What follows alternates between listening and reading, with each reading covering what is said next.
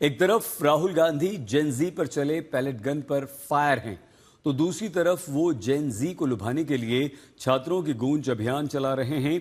देश भर में कांग्रेस 800 शहरों में छात्रों की गूंज के नाम से कार्यक्रम चलाने जा रही है और अब कल यानी कि 22 अगस्त को पुणे में राहुल गांधी छात्रों की गूंज कार्यक्रम को संबोधित करेंगे।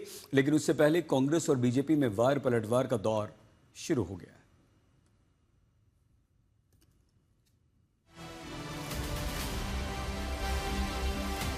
जंतर मंतर पर कॉकरोच जनता पार्टी की अगुवाई में जेन जी का जोश और आक्रोश पूरे देश ने देखा है और जिस तरह से धर्मेंद्र प्रधान का इस्तीफा हुआ, कांग्रेस समेत पूरे विपक्ष को जेन जी में संजीवनी नजर आने लगी। अब कांग्रेस को लगता है कि अगले चुनाव में जेन जी का साथ लेकर वो बाजी पलट सकती है। ऐसे में जेन जी को लुभाने के लिए कांग्रेस 800 शहरों में छात्रों की गूंज अभियान चला रही है। हिंदुस्तान के पास दुनिया में सबसे बड़ा यूथ का पॉपुलेशन है। 40 करोड़ युवा, आप जैसे युवा, एनर्जेटिक युवा इस देश में रहते हैं। ये इस देश की स्ट्रेंथ है। चाइना की बात होती है, अमेरिका की बात होती है, रशिया की बात होती है, इंडिया के यूथ के सामने, इंडिया के यूथ पोटेंशियल के सामने ये सब लोग कुछ नहीं है। 21वीं सदी में एक और चीज हुई है। 21वीं सदी में अगर देश प्रगति करता है तो दो चीजों के बल पे करता है, यूथ पोटेंशियल जो आप में है और डेटा जो आप क्रिएट करते हो। और शनिवार यानी 22 अगस्त को कांग्रेस महाराष्ट्र के पुणे शहर में छात्रों की गूंज कार्यक्रम करने जा रही है। लेकिन बीजेपी आरोप लगा रही है कि ये कांग्रेसी संस्थानों के बच्चों से राहुल का मोनोलॉग है। छात्रों की गूंज है या राहुल गांधी अपनी जमीन तलाश रहे, ये तो मैं नहीं जानता। लेकिन जो मुझे जानकारी है, अगर वो एक ओपन इस प्रकार का इवेंट करते तो शायद ये छात्रों से संवाद होता। अभी पूना और पूना के आसपास जितने कांग्रेसियों की संस्थाएं हैं, शिक्षा संस्थाएं, उन संस्थाओं की ही लड़कियों को रजिस्टर करना, इस प्रकार का आदेश दिया गया है। मुझे आश्चर्य लग रहा है कि पूना की पुलिस राहुल जी के बारे में एक्टिव हो चुकी है, लेकिन जब पूना में लड़कियों की छेड़छाड़ होती है, कोयता गैंग चलती है, खून होते हैं, बलात्कार होते हैं, तब पूना की पुलिस इतनी एक्टिव नहीं होती।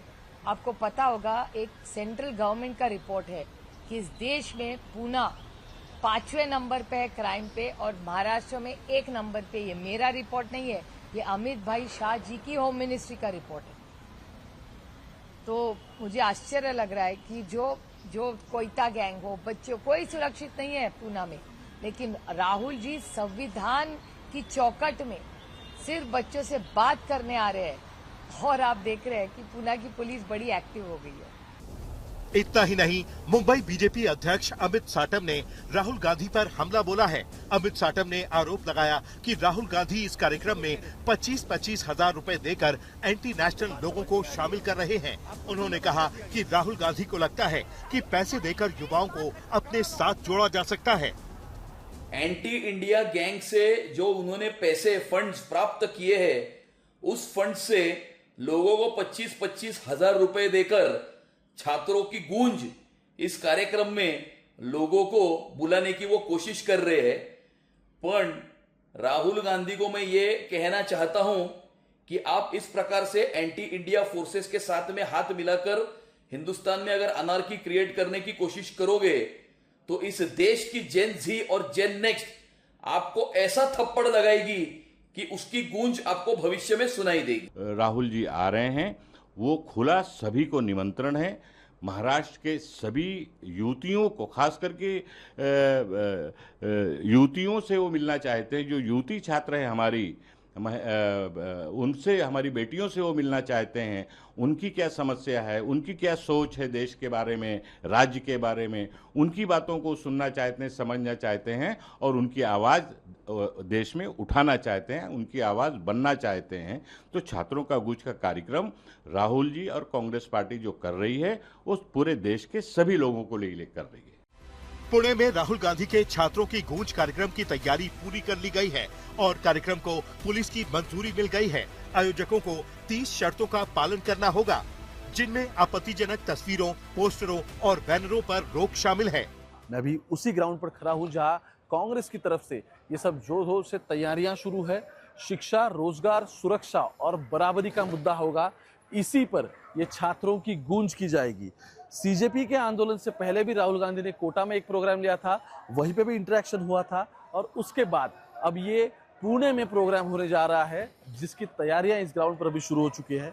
लेकिन उससे पहले ही पुणे पुलिस ने राहुल गांधी को और उनके यहाँ के जो लोकल ऑर्गेनाइजर्स है, कांग्रेस के कार्यकर्ता, उन्हें 30 मुद्दों की एक एडवाइजरी दी है और ऐसी टर्म्स एंड कंडीशंस दी है कि उसी पर अगर ये प्रोग्राम नहीं होता है, उस पर कुछ भी गड़बड़ियां होती है तो पुणे पुलिस इस पूरे मामले में सीधा एक्शन लेगी। प्रोग्राम से पहले ही कांग्रेस नेता बोल रहे हैं कि सत्ता पक्ष जो है वो डर रहा है, राहुल गांधी आ रहे हैं, इसलिए पुलिस को आगे करके इस तरीके की अटकलें लगा रहे हैं और इस तरीके की जो टर्म्स एंड कंडीशंस है वो लगा रहे हैं। लेकिन अगर आप 30 टर्म्स एंड कंडीशंस आप सुनोगे तो आप भी हैरान हो जाओगे। उसमें से लॉ एंड ऑर्डर मेंटेन रखने के लिए, वो बरकरार रखने के लिए जो पुलिस को करना है वो तो पुलिस कर रही है, लेकिन उसी के साथ पुलिस का ये भी कहना है कि इस तरीके की कोई बयानबाजी ना हो, इस तरीके के कोई बैनर्स ना लगे और ना ही कोई स्लोगन्स लगाए और कोई इस तरीके के वीडियोस ना रिकॉर्ड करे जिससे लॉ एंड ऑर्डर डिस्टर्ब हो सकता है।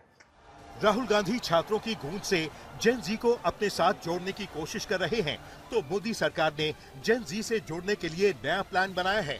मोदी सरकार 1 डे 1 यूनिवर्सिटी अभियान की योजना बना रही है, जिसके तहत रोज एक यूनिवर्सिटी में एक केंद्रीय मंत्री जाकर छात्रों से अलग अलग मुद्दों पर चर्चा करेंगे।